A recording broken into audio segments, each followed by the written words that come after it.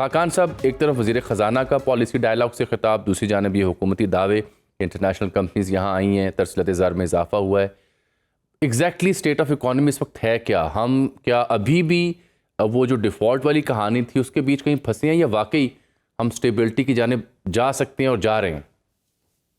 जामी साहब, मुझे बड़ी खुशी है कि आप मुझे आज इंटरव्यू कर रहे हैं, इसलिए कि जिस policy dialogue, Pakistan policy dialogue का आप जिक्र कर रहे हैं, आज मैंने भी उसको एड्रेस किया था ज़बरदस्त। After the authorities. So I am going to repeat exactly what I said in the policy dialogue, और आपको ये जो चीज है बिल्कुल क्लियर हो जाएगी कि इस पे एक इंडिपेंडेंट, जिसे कहेंगे बैलेंस्ड व्यू क्या है। 24वीं बार आईएमएफ की एंगेजमेंट है। जो भी मुल्क आईएमएफ से एंगेज करता है उसका जो डिफॉल्ट रिस्क है उससे निकालना आईएमएफ का काम है। ये इंटरनेशनल फाइनेंशियल आर्किटेक्चर है। पाकिस्तान आज से 2023 जुलाई में $3.5 अरब के रिजर्व पे था। आज स्टेट बैंक के पास $16 अरब के करीब जखायर मौजूद हैं। पाकिस्तान का बैरूनी खसारा संभल गया है और इसी वजह से रिजर्व्स का बिल्डअप है। पाकिस्तान की कीमतों के बढ़ने की शरह नुमाया कमी आ गई है। 29, 24, 12, 5 और इस साल भी तकरीबन 5 और 7%। ये कमी का मैं आपको ट्रेंड बता रहा हूं।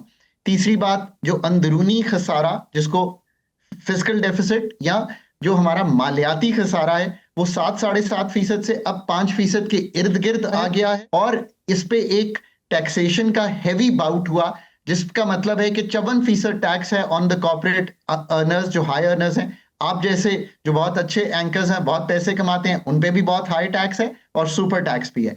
और इलेक्ट्रिसिटी की कीमत का रद्दोबदल नहीं खाकान साहब, ये ऑन एयर तस्दीक कर लें, अच्छे पैसे सुपर एंकर नहीं कमाते। हम मजदूर तबा सहाफ़ी हैं, हमें जरा उस लेन से बाहर रखें जी प्लीज। अच्छा, अगर ये सूरत हाल है तो एक मैक्रो स्टेबिलिटी आ गई है आईएमएफ की एंगेजमेंट से। एक वक्त है और एक स्पेस है।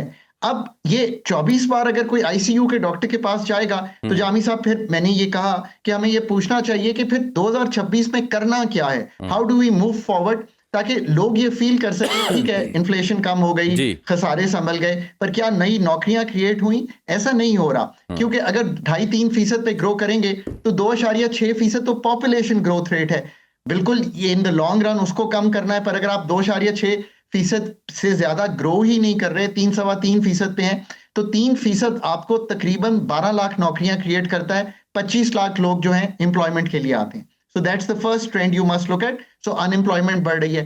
अगर इफरात-ए-ज़र इस तरह हुई है तो पॉवर्टी इंपैक्ट हुई है, तो लोगों ने ये एक रेस्पाइट तो फील किया है कि उस तरह इफरात-ए-ज़र नहीं हो रही, बट एम्प्लॉयमेंट, अपॉर्चुनिटीज, कारोबार का चलना, ये उस तरह फील नहीं किया।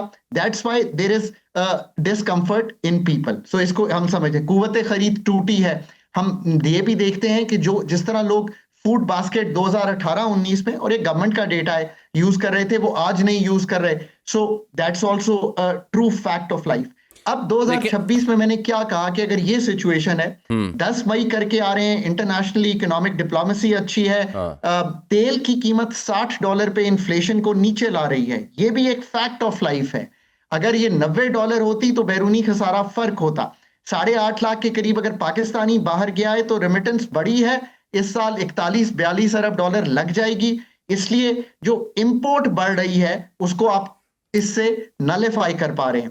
एक्सपोर्ट 3-5% कम हुई है पहले 6 माह में। खाकान साहब, दो चीजें जरा ऐड कर लें, दो चीजें ऐड कर लें। ये तो ठीक है, जो इसके मेरिट्स हैं या प्रोज एंड कॉन्स हैं वो डिस्कस कर रहे हैं, लेकिन दो बड़े संगीन मामलात भी हैं, जो आबादी है और दूसरा माहौलियाती तब्दीली। लेकिन इस सबको एड्रेस करने से पहले, क्योंकि आप ये नेशनल पॉलिसी डायलॉग से होके आए और आप ख़ुद भी इकॉनमिस्ट से मिलते हैं, ज़िम्मेदारों से मिलते हैं, एक तासुर बना है रिसेंटली बिल्कुल इस्लामाबाद के हलकों में कि कोई मुआशी टीम में तब्दीलियाँ शायद ज़रूरी हुआ पड़ी हैं, या फिर डार साहब का किरदार को बढ़ा है मुआशी टीम के अंदर। What is your assessment?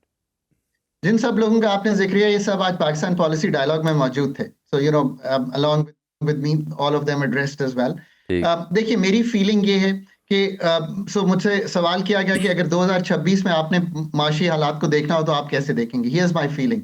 माशी टीम, ये अथॉरिटीज का प्रेरोगेटिव है, but I am very clear, अगर आप आईएमएफ के प्रोग्राम को निगोशिएट दोबारा नहीं करेंगे तो आप निकल नहीं सकते। मैंने उसके भी मुहर्रिकात सामने रखे हैं, मैंने एक्सपेंडिचर के कुछ रिफॉर्म सामने रखे हैं जो आपके लिए मस्ट है करना। मसलन 750 अरब आप अगर बेनजीर इनकम सपोर्ट प्रोग्राम में देते हैं, फेडरल का काम नहीं है, 750 अरब आप खर्च कर रहे हैं, 90% प्रोग्राम्स प्रोविंसेस से रिलेट करते हैं, आपको सोचना पड़ेगा। 400 अरब रुपया सर्कुलर डेट को कंट्रोल करने के लिए रखा हुआ है कि नुकसान हो रहा है उसको फिस्कलाइज कर रहे हैं, भर रहे हैं। 250 अरब टैरिफ डिफरेंशियल सब्सिडीज में रखा हुआ है। 300 अरब रखा हुआ है कि जी जो करंट जारी अखराजात में वो 17 सब्जेक्ट हैं जो वफाक के काम नहीं है। सो एक्सपेंडिचर रिफॉर्म मुझसे आखिर में पूछा गया एक रिफॉर्म बता दें, मैंने कहा एक्सपेंडिचर रिफॉर्म। दूसरी साइड ये है, सुपर टैक्स ने जाना है, आप पे भी जाना है, मैन्युफैक्चरिंग पे भी जाना है। जो हायर टैक्सेशन का जीएसटी 18% है, इसको नीचे लाना चाहिए। इनफॉर्मेलिटी यानी कि जो लोग नहीं आते फॉर्मल बिजनेस में, उनको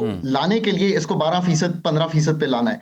तीसरी बात, विदहोल्डिंग प्रिजम्पटिव, ये टर्नओवर टैक्स नई कंपनियों को नहीं आने दे रहा। ये टेक्निकल बातें हैं पर ये होनी है। इसी तरह 9 से 13 अरब डॉलर हमारे दोस्त ममालिक हैं, उन दोस्त ममालिक को कहिए कि ये हर साल जो तलवार हमारे सर पे है, आप कुछ हमें ना दें। This is my negotiation with them, कुछ हमें ना दें, इसको 5 साल के लिए मौखर कर दें ताकि मुझे स्पेस मिल जाए। ये है आईएमएफ की रीनेगोशिएशन नंबर 1। नंबर 2, आपको हर सूरत में ये सोच डालनी है कि आखिर मुल्क की पैदावारी सलाहियत क्यों नहीं बढ़ रही है। उसमें 4 चीजें बड़ी क्लियर हैं। इन्वेस्टमेंट टू जीडीपी नहीं बढ़ रहा, ये आपको मानना पड़ेगा, 13% है। ईस्ट एशिया 35%, चाइना 35%, सेविंग्स 14% पे हैं, यानी कि as a percentage of GDP. Save ही नहीं करेंगे तो इन्वेस्ट कैसे करेंगे, दुनिया से मांगते फिरेंगे। सो खाकान साहब, इसी मामले पे मैं आपकी तवज्जो चाह रहा था। आप कह रहे हैं इन्वेस्टमेंट टू जीडीपी नहीं बढ़ रही, सबसे बड़ा कंसर्न तो ये है, लेकिन साथ में ये जो आबादी का बहुत संगीन मसला है, कौमी टीवी पे बैठ के इस पर बात करते हुए हमें सोचना पड़ता है। 2.55% की मौजूदा शरह पैदाइश है, पहले ही इकॉनमी की जो सूरत हाल है कुछ बेहतरी के बावजूद, वो नाकाफ़ी आपने खुद कहा। ये जब तक एक बुनियादी मसले को एड्रेस नहीं करती कोई भी हुकूमत, कोई भी सिस्टम, तब तक वसाइल कहाँ से पैदा होंगे?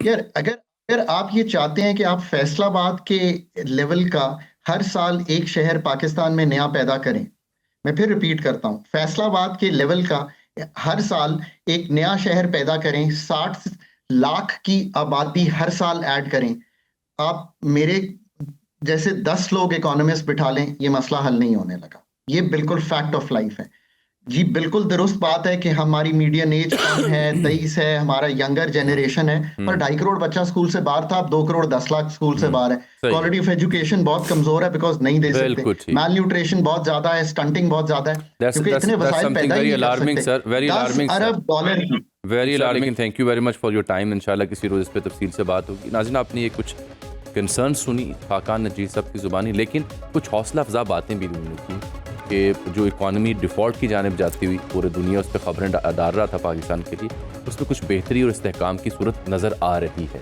कुछ बेसिक मैयर अगर हुकूमत ले, जिनका जिक्र खाकान साहब कर रहे थे, सूरत हाल यहाँ से बेहतर हो सके।